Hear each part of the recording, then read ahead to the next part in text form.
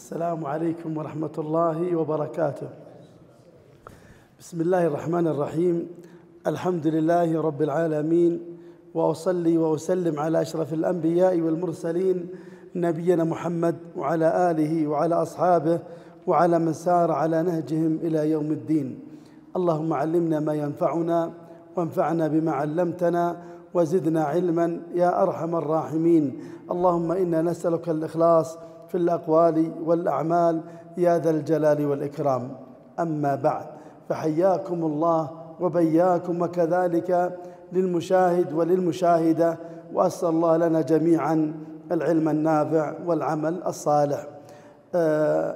أولا عذرا على هذا التأخير لظرف طارئ لي، ظرف صحي، فأريد أن أتحمل ما استطعت، فذهبت إلى المستشفى للأسنان، كذا جاء مفاجئ، فعاد أنا تأخرت عليكم، حاولت أني أنتظر بس الأسنان يقولون ما يلعب فعاد أنا أعتذر منكم، وأنا يعالج الدكتور يقول طلب ينتظروني طلاب العلم، فالحمد لله الأمور يسيرة هي، بس كان التهاب، فالحمد لله، اللهم لك الحمد والفضل كله بيد الله عز وجل، والنعمة نعمة عظيمة، صحة نعمة عظيمة، فأسأل الله أن يتوب علينا وأن يشفي مرضانا ومرضى المسلمين يا أرحم الراحمين.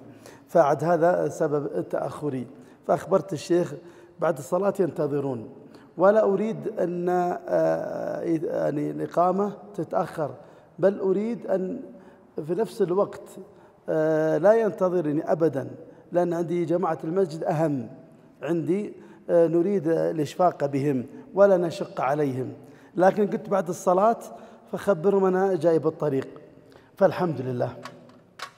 أيها الأحبة، نواصل درسنا. تابع باب التأصيل. ذكرت لك أنا التأصيل المسائل لا يخلو من 3 حالات. الحالة الأولى إن كان ذكر، الحالة الأولى إذا كان كلهم عصبة، طريقة تأصيل المسألة من عدد الرؤوس، إن كان بينهم أنثى نجعل الذكر عن رأسين والأنثى عن رأس، الحمد لله انتهينا منه. وإذا كان في المسألة فرض واحد، طريقة تأصيل المسألة من مخرج الفرض من المقام، ولا يخرج من أصول 5 من أصول 7، إما أصل 2 أو 3 أو 4 أو 6 أو 8. وإذا كان المسألة أكثر من فرض، ذكرت لك طريقة تأصيل المسألة من عدة طرق. الطريق الأول وأسهلها، إذا كان أكثر من فرض ننظر إلى أكبر المخارج، أو نقول ننظر إلى المقامات، فإن انقسم على جميع المخارج يكون أصل المسألة، وإن لم ينقسم فنضاعفه نكرره إلى متى ونحن نكرر إلى أن ينقسم. وهذه طريقة نافعة ولا تنخرم، تستطيع أن تستخرج أصل المسألة في أي مسألة من المسائل بهذه الطريقة. أيضا الطريق الثاني هو عندنا أصول المسائل 7 ذكرناها، هذه أصول المسائل 7 هي 2 3 4 6 8 12 24. هنا مشايخ ننظر إلى أقل عدد من أصول المسائل، فإن انقسم على جميع المخارج دون كسر، وإلا نأخذ الرقم الذي بعده. 7 أصول نختبرها، ثم ذكرت لك في طريقة أخصر ننظر إلى أكبر المخرج المقام فابدأ به وما بعده، فالذي قبله لا ينقسم، وهذا ذكرناها. الطريق الثالث عن طريق النسب الأربع، والنسب الأربع يستخدمها الفرضيون في التأصيل وفي التصحيح وفي المناسخات، في مسائل كثيرة جدا، فذلك ينبغي على طالب العلم أن يتقن النسب الأربع. ممكن أيضا عن طريق ننظر إلى أكبر المقامات، ممكن نطلع أصل المسألة فذكرنا التماثل والتداخل والتباين والتوافق والتباين. التماثل نكتفي بأحدهما، 2 و2. والتداخل نكتفي بأكبرهما. التداخل أن الأكبر ينقسم على الأصغر دون كسر، فإذا ننظر إلى الأكبر. والتوافق ننظر عدد أكبر ما ينقسم على العدد الأصغر، لكن هناك يعني عدد من الخارج يسمى القاس المشترك ينقسم على العددين يتوافقون في جزء من الأجزاء، فناخذ نضرب وفق أحدهما في كامل الآخر. أما التباين ليس العدد أكبر لا ينقسم على الأصغر، وليس بينهما عدد من الخارج ينقسم على العددين، هنا نضرب العدد في العدد. هذا عن طريق النسب الأربع. الطريق الرابع الطريق الرابع سهل أيضا وجميل. الطريق الرابع عن طريق إيجاد المضاعف المشترك الأصغر عن طريق تحليل الأعداد الأولية. طيب أضرب مثال، مثلا شخص مات عن زوجة وأم مثلا وبنت.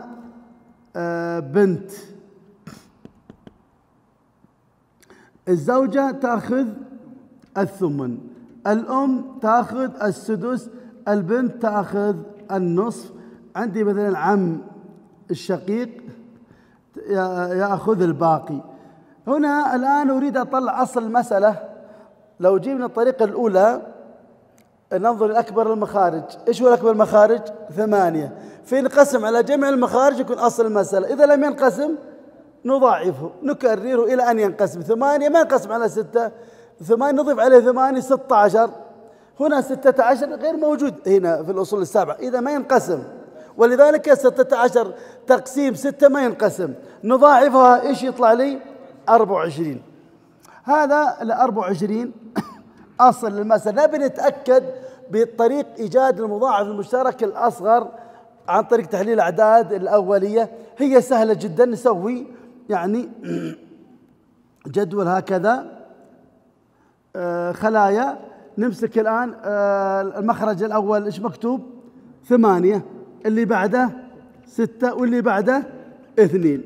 هنا الآن ننظر سلمكم الله نشوف العدد اللي بعد الواحد، الأعداد الأولية اللي بعد الواحد رقم 2. نشوف هل ينقسم عليهم 2 أم لا. 2 تقسيم 2 1. إذا وصلنا إلى 1 خلاص ننتهي. 6 تقسيم 2 3. 8 تقسيم 2 4. لازلنا في رقم 2 ينقسم على الأعداد. نمسك الآن نحط 2، ما دام وصل 1 ننزله مباشرة، خلاص ما لنا علاقة به. 3 ينقسم على 2 ما ينقسم. إذا ما ينقسم نضعه تحت وسيأتي له رقم ينقسم عليهم. 4 تقسيم 2 2 نضعها أيضا. لا زال في 2 ينقسم على أحد الخلايا أو الأعداد. هنا 2 ننزل 1. 3 ما ينقسم ننزله.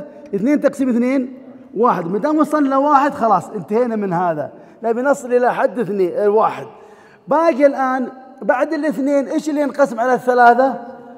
نأتي 3. بعد 3 نختبر، نبدأ بالأصغر. 1 ننزله. 3 تقسيم 3 1، و1 هذا النزلة. إذا كلهم صاروا وحدات إذا انتهت العملية. ماذا أصنع؟ أصنع الآن أضرب الأعداد الأولية. 2 ضرب 2 ضرب 2 ضرب 3. ننظر كم يساوي. 2 ضرب 2 4 ضرب 2 8 8 ضرب 3 24. وناظر هو 24، هذا 24. زين بهذه الطريقة نعمل جدول. نمسك المخارج المقامات نضعهم في الأعلى، ثم نبدأ من 2 ثم الذي بعده نقسم الأعداد، ثم نصل إلى 1 1 1. إذا وصلنا وحدات انتهت. فنجمع الأعداد نضرب الأعداد الأولية بعضها في بعض، ما تحصل يكون أصل المسألة. مثال آخر، أو أعطني أي مثال. ممكن الآن مثلا ناخذ مثال ثاني، زوج وأم وأب، ونضيف عليها أيضا عشان ما تكون عمرية، لأن عمرية هذا يصير نحط مثلا بنتان. الآن الزوج كم يأخذ؟ الربع، والأم السدس، والأب السدس زائد الباقي بقى شيء، البنتان الثلثان. أصل المسألة هنا ننظر، طبعا عندي 4 و6 و3، أعلى رقم إيش هو؟ أعلى المخارج 6. إذا 6 ننظر ينقسم على 4 ما ينقسم، نضاعفه نجد 12 ينقسم على 4 و6 و3. لكن نبي نتأكد عن طريق إيجاد المضاعف المشترك الأصغر. أستخدم هذه الطريقة، سلمكم الله، الجدول. الآن الخلايا أول مخرج 4 مثلا، تقدم تأخر ما يضر. هنا الأم 6، البنتان 3، ممكن تضع 6 أخرى بس مكرر نفس الشيء، فتكتفي بواحد منهما. تريد تحط 6 تضع 6 ما يضر، عليك أنت القسمة والنتائج والضرب. إذا نبدأ بالاثنين. 3 تقسم 2 ما ينقسم، نضعه هنا مباشرة، سيأتي له رقم ينقسم عليه. 6 تقسم 2 3، 4 تقسم 2 2، ثم نأتي لا زال في رقم 2 ينقسم على الأعداد، نضع هنا 2 3 ننزلها، والثلاثة ننزلها، 2 تقسم 2 1، وصلنا إلى 1 انتهى. الآن باقي الآن الاثنين ما ينقسم على 3، نشوف الرقم الذي بعده إيش هو؟ 3 تقسم 3 1، 3 تقسم 3 1، وننزل هذا الواحد، يقول كلهم وحدات. إذن البقية هذا الآن نضرب بعضهما في بعض. عندي 2 ضرب 2 ضرب 3، 2 ضرب 2 4، 4 ضرب 3 12، وهذا أصل المسألة 12. إذن هو نفس النتيجة. إذن الآن 4 طرق كلها تبين لنا طريقة تأصيل المسائل، إيجاد المضاعف المشترك الأصغر. أظن واضح ولا أزيد أمثلة؟ الباقي ما تأخذ البنتين نصيبهم؟ أيوة الباقي. شوف الآن نحل المسألة. طبعا أيوة، عندنا الآن 12 تقسيم 4، 3 ضرب 1 3، 12 تقسيم 6، 12 تقسيم 6، 12 ما حركنا في شيء، هو لوحده. طيب 12 تقسيم 6 2 ضرب 1 2، 12 تقسيم 6 2 ضرب 1 2، 12 تقسيم 3 4 ضرب 2 8، 8 و2 10، و2 12، و3 نقول عالت إلى 15. نبحث باب العول. إذا لم يبقى شيء الحين، ألا ما بقى شيء، لأن بالعادة عالت زادت، لكن لو باقي سهم يروح لأقرب عصبة وهو مثلا هنا الأب، لكن زادت فنقول عالت إلى 15. سنبحث إن شاء الله. طيب هذا الطريق الرابع. في طريق الخامس، وطريق الخامس سهل جدا، ولكن لا يستخدم إلا في تأصيل المسألة. أما غالب الطرق اللي ذكرت لك تصلح حتى في أصل المسألة، في باب التصحيح وباب المناسخات. لكن الطريق الرابع، هذا الطريق الرابع انتباه لها، الطريق الخامس، الطريق الخامس نجعله على مجموعتين، عن طريق المجموعات، عن طريق المجموعات. هنا مثل المجموعة الأولى،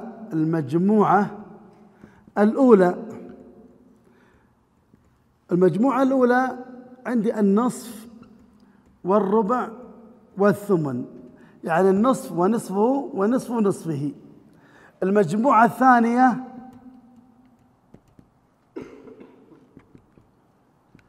الثلثان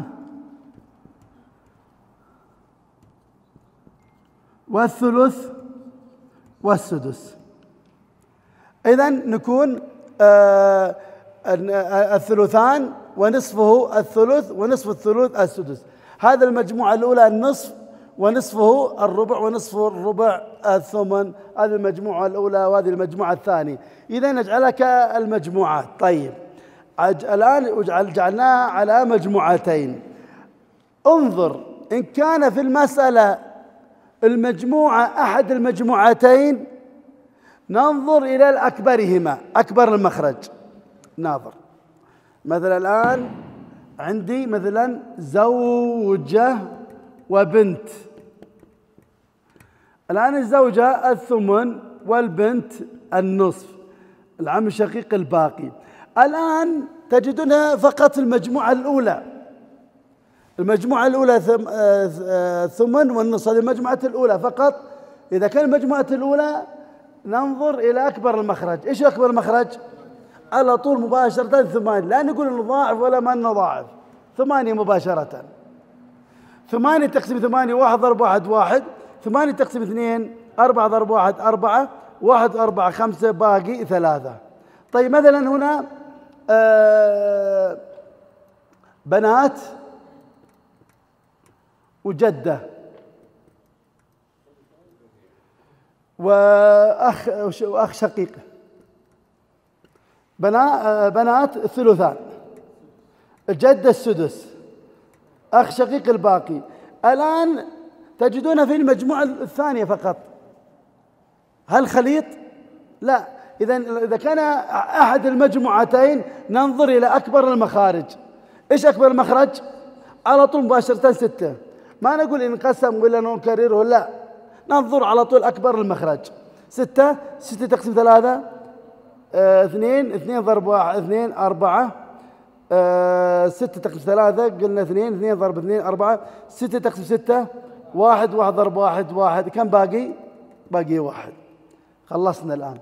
طيب إذا كان خليط بين المجموعتين ماذا أصنع؟ إذا كان خليط بين المجموعتين نأخذ أكبر المخرج من المجموعة الأولى ضرب 3 تطلع لك أصل المسألة. ناظر هنا عندي مثلا نمسح هذا.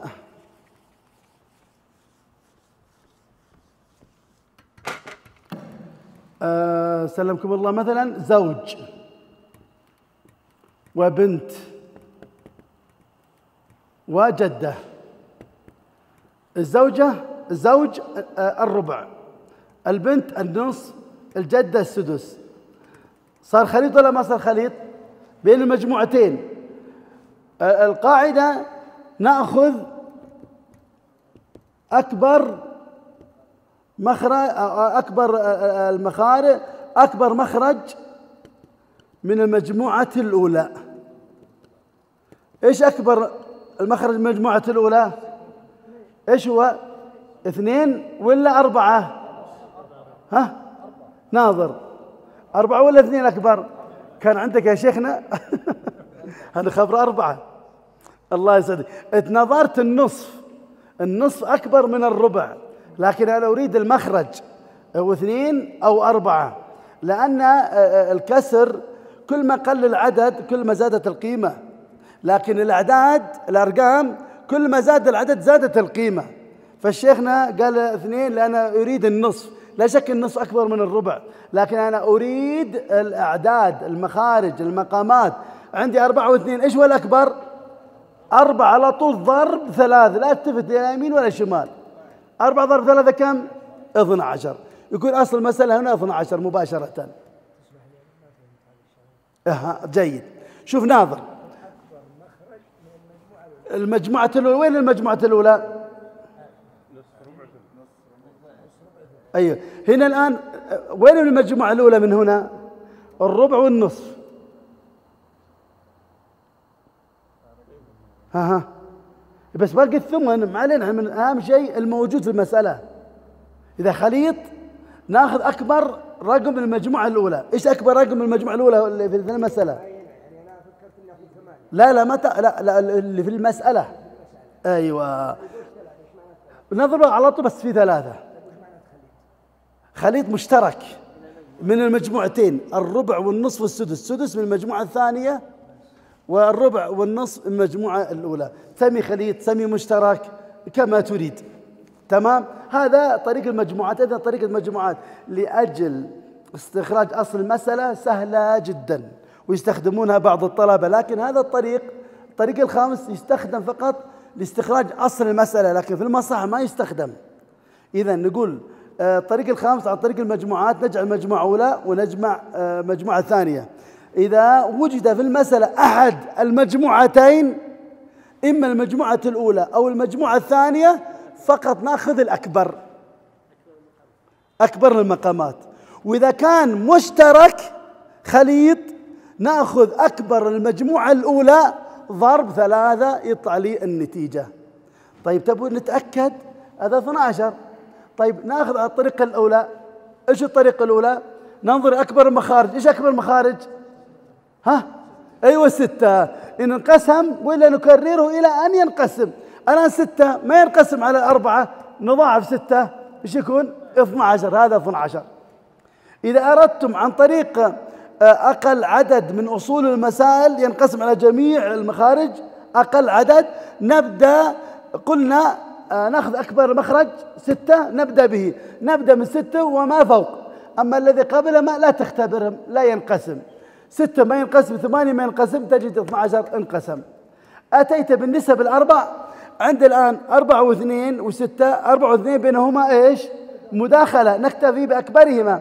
4 و6 نجد أن يتوافقون بالنصف، فوفق 4 2 ضرب 6 12، أو وفق 6 3 ضرب 4 12. عن طريق المجموعات أيضا نفس الشيء. الآن تبي عن طريق المجموعات. عندي الآن 4 و2 و6. نمسك الآن أول رقم 2. 6 تقسم 2 3، 2 تقسم 2 1، 4 تقسم 2 2. لا زلنا في 2 ينقسم عليهم، نجيب 2. 3 ما ينقسم على 2، نضعه هنا. 1 خلاص انتهينا منه، ننزله. 2 تقسم 2 1. إذا باقي الآن 3. نجي الآن 3 تقسم 3 1، وننزل الواحد وواحد، ننزلهم كلهم صاروا وحدات. إذا نكتفي بالأعداد الأولية الموجودة. 2 ضرب 2 ضرب 3، 2 ضرب 2 4 ضرب 3 12، طلع لي 12. كل الطرق. عن طريق المجموعات خليط، ناخذ أكبر المجموعة الأولى ضرب 3، أكبر المجموعة الأولى 4 ضرب 3 يطلع لي 12. إذا من الآن تأصيل المسألة ما يكون هناك صعوبة أبدا. خلاص نتقن استخراج أصل المسألة. أي مسألة تأتيك تقدر تستخرج أصل المسألة مع التمرن. مرات تتمرن عدة مرات خلاص يرسخ، حتى ما يحتاج تكتب هكذا، أعطوا في ذهنك تعرف أصل المسألة. كتابي عندكم جميل، يعني تدربون عليه، فيه 220 مسألة تقريبا. في القسم الثاني للتدريبات يفضل اليوم وبكرة نشتغل على حل المسائل. يستشكل عليك اتصل علي. أمس كان أعيش في ألم البارحة، بس الآن أي وقت اتصل علي أتشرف بكم. بس ودي خلاص نعرف أصل المسألة، ما يكون في هناك صعوبة. قد تنسى، ممكن تكرر سؤالك وأنا أكرر الجواب. نعم شيخنا. الأصل يعني صار من أقرب طريقة، خصوصا أنها تؤدي نفس النتيجة. إيش؟ نأخذ أقرب طريقة لأنها تؤدي نفس النتيجة. نفس النتيجة كلها. ثم طريقة تضعيف أكبر مقام أظنها أكثر. هذا أنا جبتك بالتدرج. تأخذ هذه الطريقة تمشي معك حتى في باب المناسخات. لكن أحيانا المناسخات عند الفرضيين يذكرون النسب الأربع، يصير سهلة أسهل في عند المناسخات. ممكن تستخدم هذه الطريقة إذا تناسب، لكن في المناسخات عن طريق النسب الأربع وسيتبين أكثر. لو اختصرنا على طريقتين هذه بحكم انها يصلح وتؤدي يؤدي نفس الغرض، بس لكن عند المناسخات النسب الأربع في نظري أسهل. طريقة النسب الأربع وطريقة أكبر المقامات. أي ننظر أكبر المقامات، أي أتقن هذه خلاص، جعلتك أنا عدة طريق تختار أي طريق، لكن هذا الطريق الخامس فقط باب التأصيل مسألة، لكن ما يمشي معنا في باب التصحيح، لكن ممكن يمشي معنا باب التصحيح. سلمكم الله الطريق الأول وسأبين لك إن شاء الله. انتهينا من هذا الفقرة، ندخل في فقرة أخرى. الشيخ وينه؟ فين هذا؟ هذا نشوف الآن. الزوج 12 تقسم 4 3 ضرب 1 3، 12 تقسم 2 6 ضرب 1 6، 12 تقسم 6 2 ضرب 1 2. الآن نجمعهم، 3 و6 9 و2 11، باقي واحد. ننظر إذا في عاصب مثلا عم شقيق يأخذ الباقي يبقى واحد. إذا لم يكن هناك عاصب يرد على جميع أصحاب الفروض عدا الزوج، ومبحثنا هذا الرد بكرة بإذن الله عز وجل. وأذكر لكم طريقة يعني إن شاء الله تثلج الصدر، وقد أول مرة يطرق مسامعكم، أسأل الله أن يوفق ويبارك. فإذا كان في رد للرد، إذا عاصب يروح للعاصب. تمام. طيب هنا باقي علينا شيء في التأصيل. المسائل يا مشايخ 3،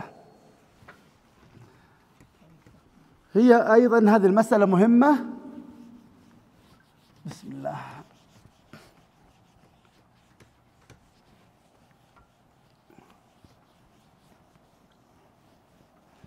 المسائل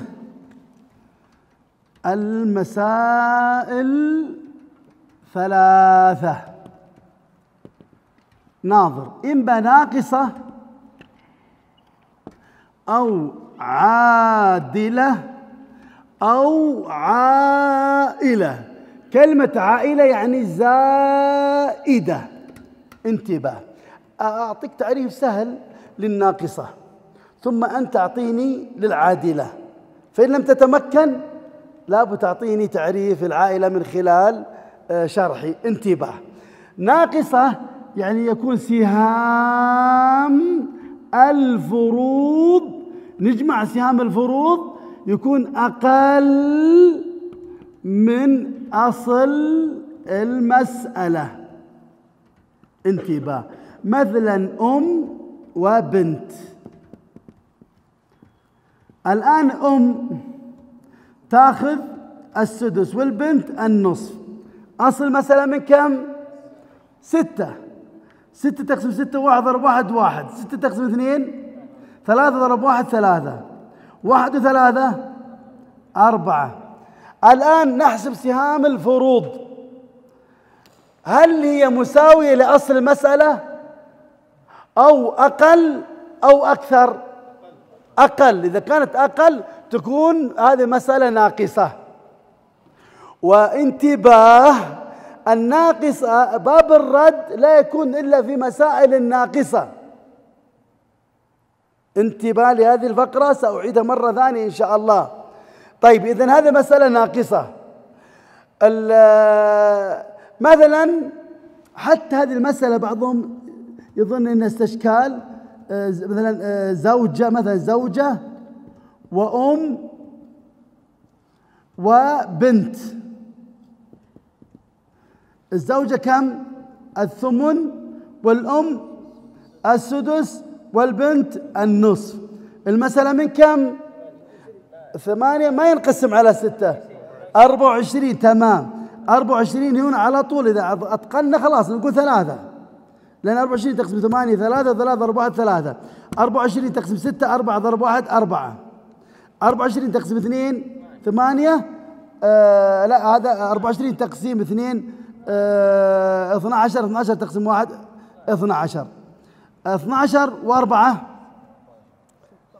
16 و3 19. الآن هذه 19 الآن ناقصة ولا عادلة؟ لو قلنا هنا مثلا حتى لو حذفنا عم شقيق نعطيه الباقي، كم باقي؟ 5. الآن المسألة عادلة ولا ناقصة؟ تأكد أكثر من التعريف.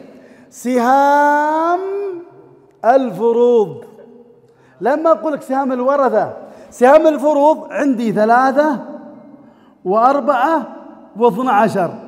كم عددهم هؤلاء؟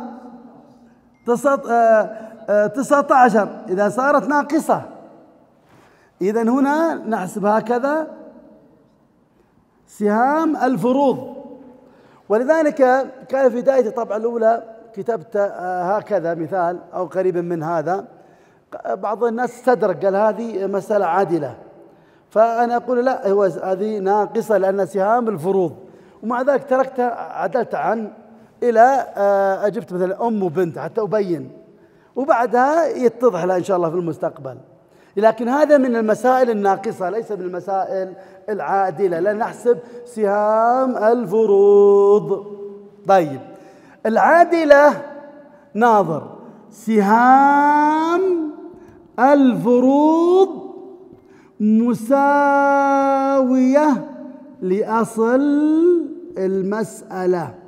مثلا زوج وأخت شقيقة، الزوج النصف والأخت الشقيقة النصف. أصل المسألة من كم؟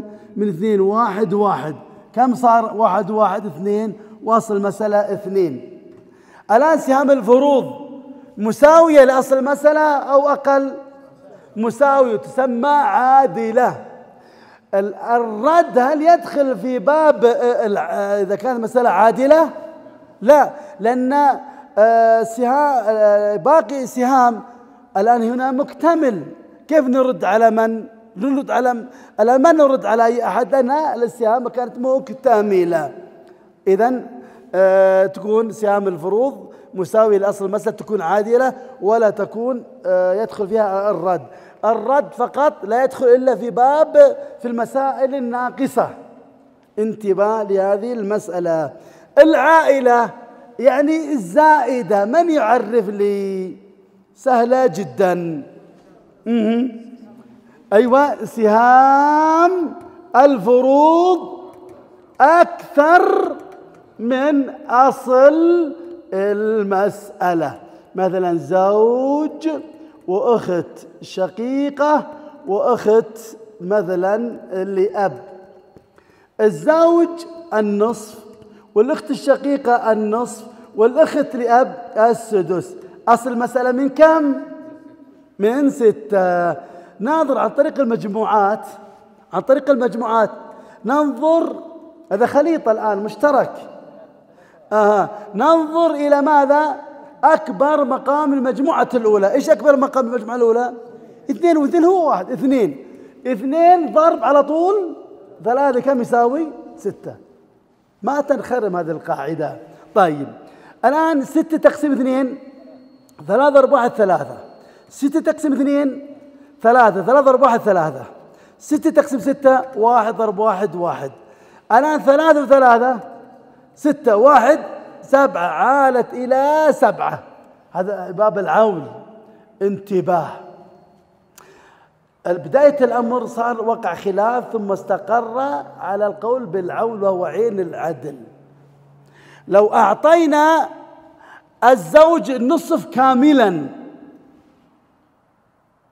والأخت الشقيقة نصف كاملا، الأخت لاب هل ترث الآن؟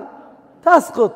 فكيف تسقطها بدون مبرر؟ الله ورثها السدس وانت تسقطها، تقول لأن الزوج أعطيته النصف والأخت الشقيقة النصف. أيضا أقول لك أخت الأب السدس.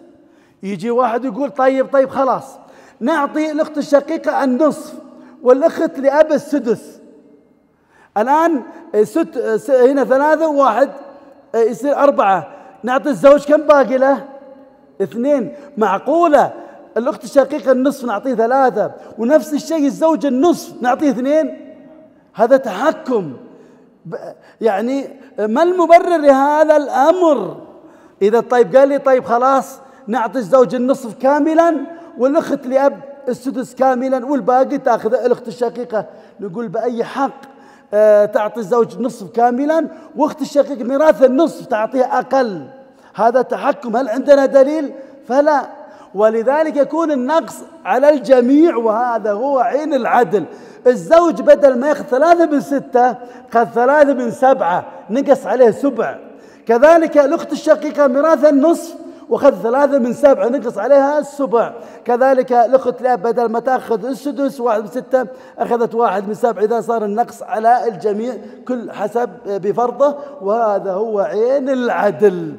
يكون النقص على الجميع، الآن ما نقصت واحد دون الآخر، وكل شخص بحسب فرضه، وهذا القول بالعول.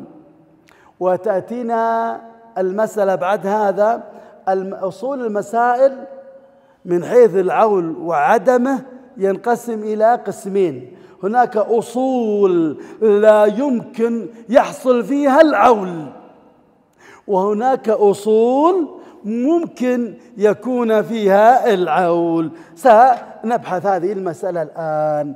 طيب،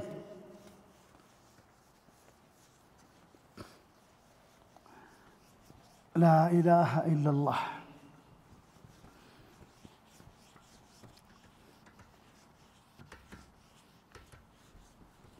شوف يا مشايخ، أصول المسائل، أصول المسائل 2 و3 و4 و6 و8 و12 و24. تمام، هذه أصول المسائل. هناك أصول لا تعول، لا يحصل فيها العول أبداً.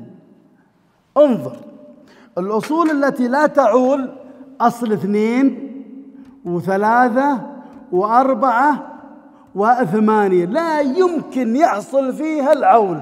لا يمكن تكون سهام الفروض أكثر من أصل المسألة إذا كان أصل 2 أو 3 أو 4 أو 8. إن عالت عندك ارجع، أكيد بل مؤكد أنك وقعت في الخطأ أو في الخلل. لا يمكن أصل 2 تعول إلى 3 و4 و6 إلى آخره. إذن الأصول التي لا تعول احفظها 2 و3 و4 و8. طيب، هناك أصول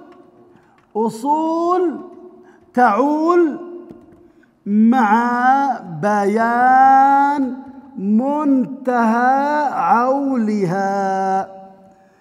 أصل 6 وأصل 12 وأصل 24 اللي يحصل فيه العول 6 وضعف 6 12 وضعف 12 24.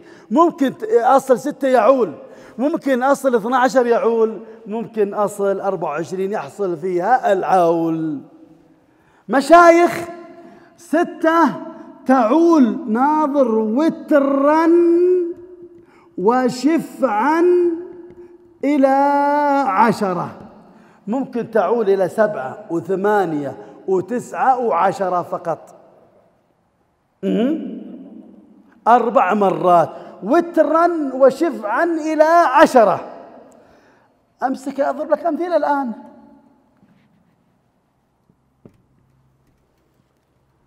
مثلا عندي زوج وأخت شقيقة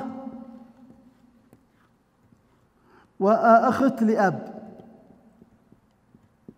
الزوج النصف والأخت الشقيقة النصف والأخت لأب السدس. المسألة من كم؟ من 6. 3 3 1 عالت إلى 7. إذن أصل 6 ممكن يعول إلى 7. أيضا ناظر زوج وأم وأخت شقيقة وأخت لأب. الزوج النصف. الأم السدس، وجود جمع من الأخوة، أخت الشقيقة النصف، الأخت لأب السدس. أصل المسألة من 6.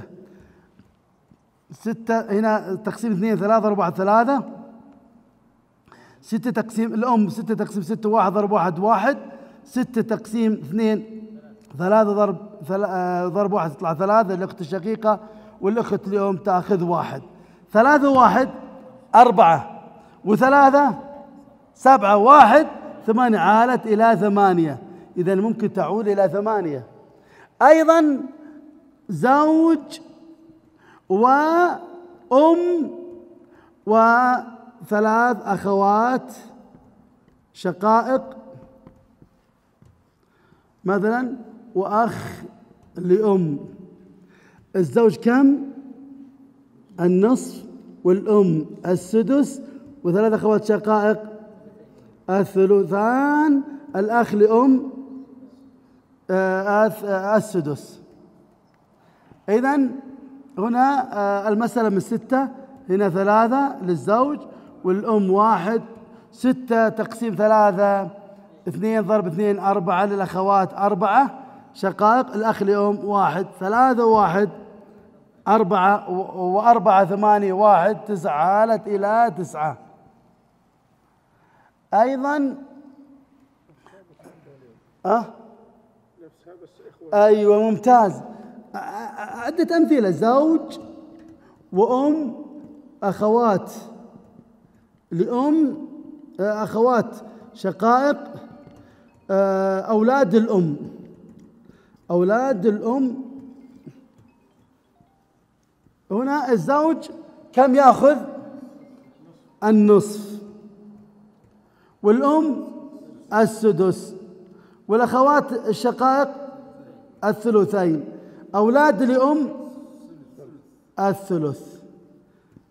المسألة من 6. 6 تقسيم 2 3 ضرب 1 3. إن الأم تأخذ 1. البنات الأخوات شقائق يأخذن 4. بالنسبة للأولاد لهم 6 تقسيم 3 2 ضرب 1 2. 3 1 4 و4 8 و2 10 عالت إلى 10. إذن تعول إلى 10. 6 ممكن تعول وترا وشفعا إلى 10. بعض أهل العلم يقول ممكن تعول شفعا ووترا إلى 10. لا بأس، لكن الأفضل أقول وترا، لأن بعد 6 إيش هو؟ 7 و7 هو وتر، فأقول وترا وشفعا إلى 10. ويقول شفعا ووترا إلى 10 ثم يبدأ ب7. وطبعا ممكن يعني يجاوب له، لأن عنده وترا وشفعا الواو لا تفيد الترتيب، إنما تفيد مطلق المشاركة، فلذلك لا بأس لو قال. لكن الأدق أن يأتي لا أقول وترا، نبدأ بالوتر وشفعا إلى 10. هنا 12 ناظر تعول وترا إلى 17. إلى 17. إذا كم تعول؟ وترا إلى 17. 12 شو اللي بعده؟ 13 وتر، وأيضا 15، وأيضا 17. نضرب أمثلة كلها. أنا ممكن أخذ مثال ولا مثالين والباقي عليكم عشان ما في مكان هنا. سلمكم الله. ناظر هذا مثلا زوج وثلاث بنات وأم وأب. الزوج كم يأخذ؟ الربع، وثلاث بنات يأخذن الثلثين، والأم السدس، والأب السدس زائد الباقي إن بقى شيء. المسألة من كم؟ 6. 6 ما ينقسم على 4. 12. 12 تقسيم 4 3 ضرب 1 3. 12 تقسيم 3 4 ضرب 2 8. 12 تقسيم 6 2 ضرب 1 2. 12 تقسيم 6 2 ضرب 1 2. نجمع 3 و8 11 و2 13 و2 15. يبقى إذا عالت إلى 15. نشوف مثال ثاني. زوجة. ناخذ زوجة مثلا وأم وأخت شقيقة وأخت لأب. أولاد الأم. نشوف الآن الزوجة كم تأخذ؟ الربع. الأم السدس. أخت الشقيقة النصف. أخت لأب السدس. أولاد الأم الثلث. أصل المسألة من كم؟ 12. 12 تقسيم 4 3 ضرب 1 3. 12 تقسيم 6 2 ضرب 1 2. 12 تقسيم 2 6 ضرب 1 6. 12 تقسيم 6 2 ضرب 1 2. 12 تقسيم 3 4 ضرب 1 4. نجمع 3 و2 5 و6 11 و2 13 و4 7. عالت إلى 17.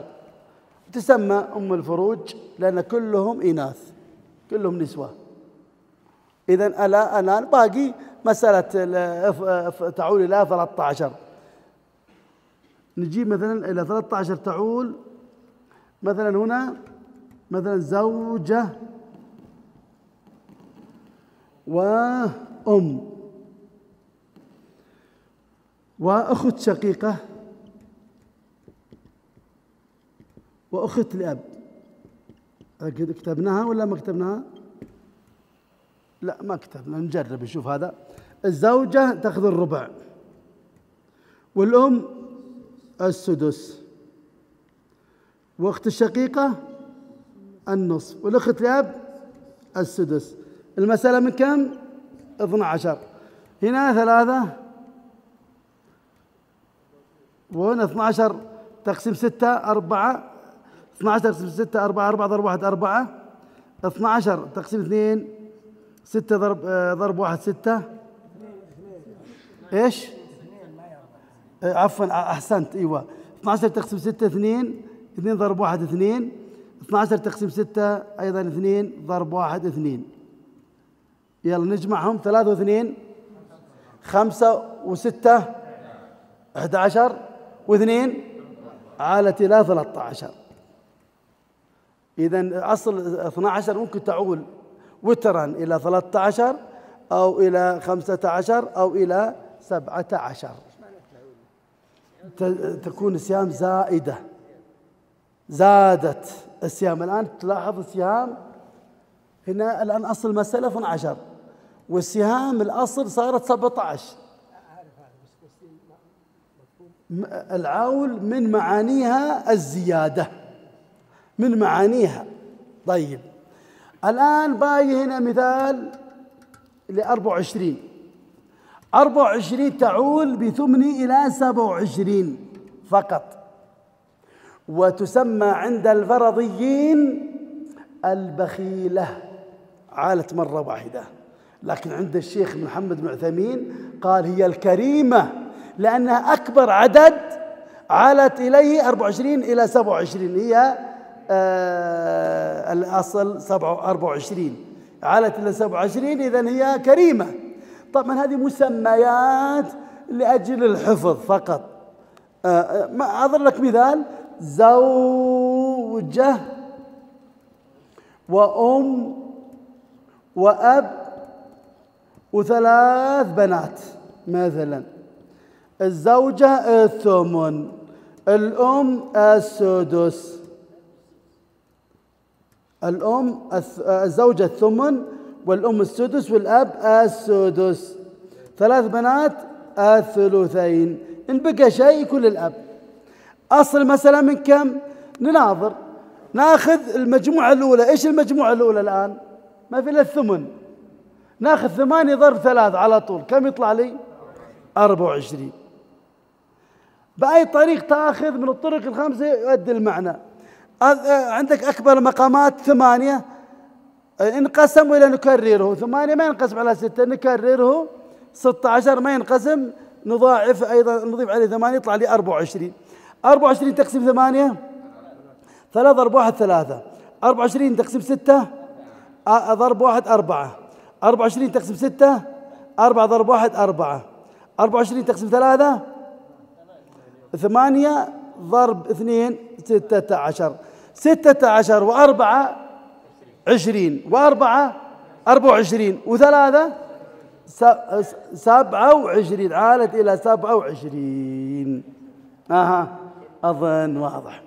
إذن بهذا انتهينا من مبحث التأصيل. فيه إشكال، فيه غموض، لا تبخلوا علي. التأصيل سهل جدا. كم بقى على صلاة المغرب؟ 40 دقيقة. ناخذ منها 10 دقائق، فما رأيكم؟ وخليكم ترتاحون. موجود الوجبات الخفيفة الضيافة، أو ناخذ باب التصحيح كما تريد التصحيح، وإن شاء الله ننجزها في خلال ساعة إن شاء الله. ولا في الحقيقة عندنا في الجامعة 4 محاضرات أو 6 محاضرات، لكن بعطيك شيء مختصر وتتقن باب التصحيح إن شاء الله. إذا الآن نريد نحل أمثلة، وعندي مجموعة كتب هدايا. اللي يجاوب نخلي 3 مرات على التوالي نعطيه جائزة ونصحح الآن. لو أخطأت ما في إشكال. طيب كلها الآن تمارين. بسم الله.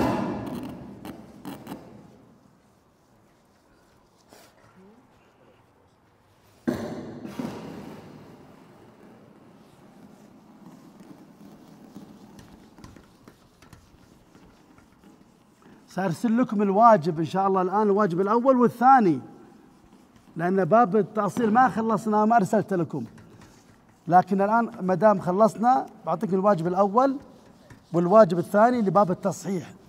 ترى مهم جدا التأصيل مشايخ، التأصيل والتصحيح مهم جدا. في باب المناسخات مهم التأصيل والتصحيح. جميع مسائل الحسابية لا بتتقن التأصيل والتصحيح، لأن هي الآن هيأنا لقسمة التركة، فلا بتتقن التأصيل. أخطأت في التأصيل إذا قسمة التركة تكون خطأ، أخطأت في التصحيح إذا قسمة التركة خطأ. إذا هذه مهمة جدا. استشكل عليك قل لي، وإن شاء الله إذا عندي علم سأخبرك، أو أقول أنا لا أدري لكن سأبحث وأعلمك بإذن الله عز وجل. ترى كلمة لا أدري عندي برد على القلب، لأن هذا شرع الله عز وجل. لا تقف ما ليس لك به علم، ما تعرف قل لا أدري. يعني أدركت بن باز وابن عثيمين والفوزان وابن عقيل وابن غديان وابن عثيمين تمر عليه مسألة قال لا أدري، وهذا سمعت منهم سماعا. أيضا يعني الإمام مالك من الأئمة الأربعة، جاء رجل من أقصى البلاد يسأل عن 40 مسألة أو عن 60 مسألة، أتى بالجواب 4 أو 6، والباقي قال لا أدري. قال كيف؟ أقول الإمام مالك لا يدري؟ قال اذهب إلى الأسواق وقل الإمام مالك لا يدري، لأن هذا شرع الله. وهناك أفضل منهم وهو أبو بكر رضي الله عنه، حينما سئل عن وأبى قال أي سماء تظلني وأي أرض تقلني، أقول في كتاب الله فيما لا أعلم. إذن هذا شرع الله عز وجل، ما علمنا نقول لا أدري، وليس بعيب، بل تزداد الثقة. لكن تجاوب ولو خطأ حتى ما تحرج، أنت تخاف أنك تحرج من الخلق ولا تخاف من الله جل وعلا. اجعل بين عينيك الله، خلي الناس يقولون لا يدري.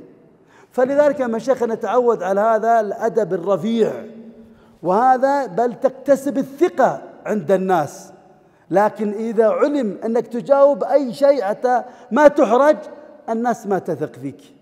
على كل حال يلا نحل الآن مسائل. مات شخص عن زوج، وطلع لي أصل المسألة، زوج وبنت وعم شقيق.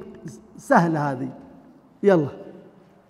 لا اكتبها لي في ورقة، اكتبها لي في ورقة، لا في ورقة، يلا عشان نعرف الأول. يجب الشيخنا.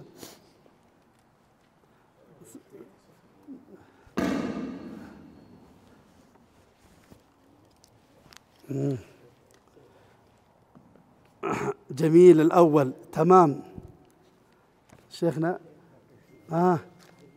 الثاني تمام، أحسنت.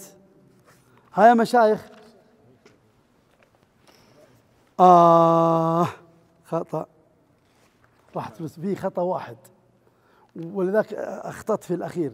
وتكتب الباقي إذا بس تكتب باقي ولو لو ما يرث. طيب نحل الآن عشان ما يروح الوقت علينا.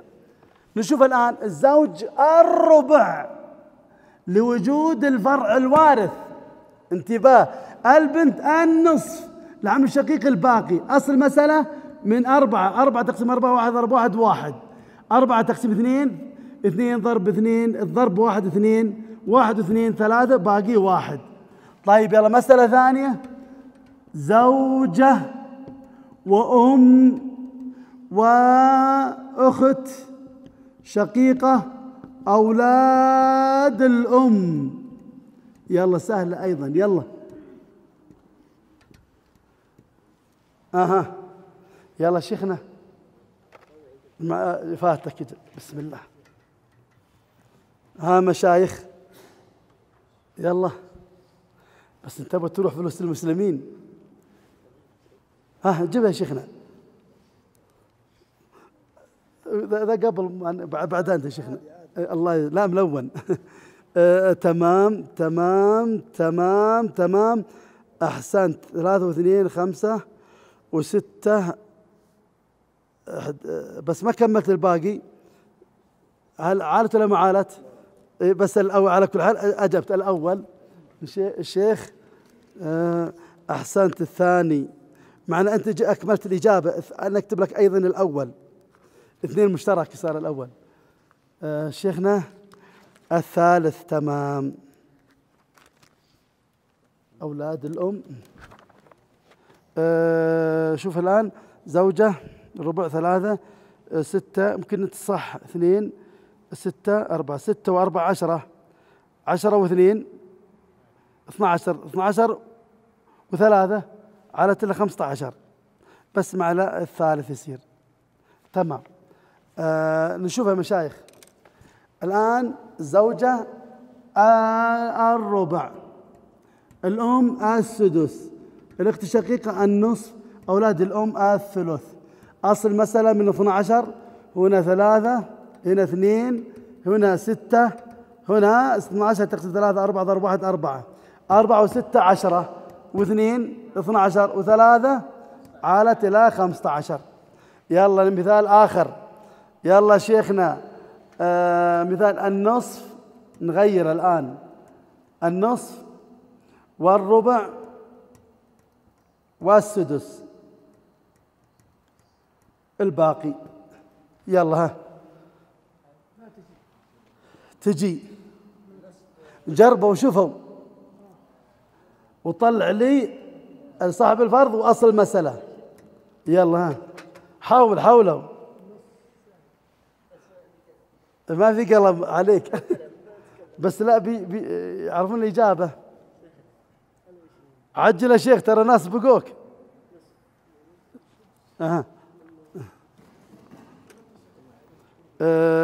بنت تمام تمام تمام. الباقي منه ذا إيش ذا؟ عم شقيق. عم شقيق، أحسنت. الأول راحت عليك. أشوف هنا. أيوة. الثاني. الشيخنا قبل. الزوج أخت شقيقة، زوجة مثال جميل. ثاني أخ لأم ممتاز. عم الباقي أحسنت. الثالث عدة أمثلة. يا سلام. ها نعم. أخت شقيقة النصف، الزوجة الربع، أخت لأب تمام السدس. أحسنت.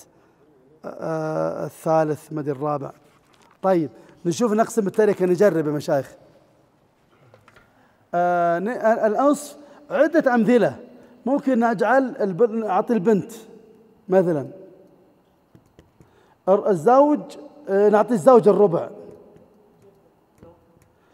ممكن نعطي جدة مثلا أو الأم. العم نحط عم شقيق. الآن المسألة من 12. هنا 6، هنا 3، هنا 2، هنا بقى 1. 6 و3 9 و2 11، 1 12. تمام. مسألة ثانية.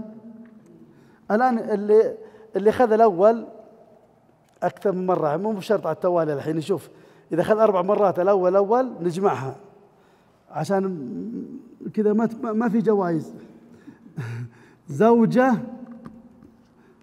بنت، 3 بنات، ابن، جدة،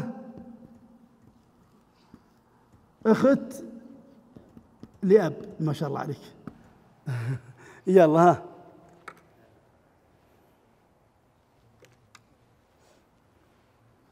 يلا مشايخ، سهلة. المرحلة الأولى ما حضرت، بس ما شاء الله عليك نبه حقيقة. هذا في الحساب، بس إن شاء الله تستدرك. نأتي المرحلة الثالثة شيخنا. أنت تراجع المرحلة الأولى. هنا مش معلمك الثمن.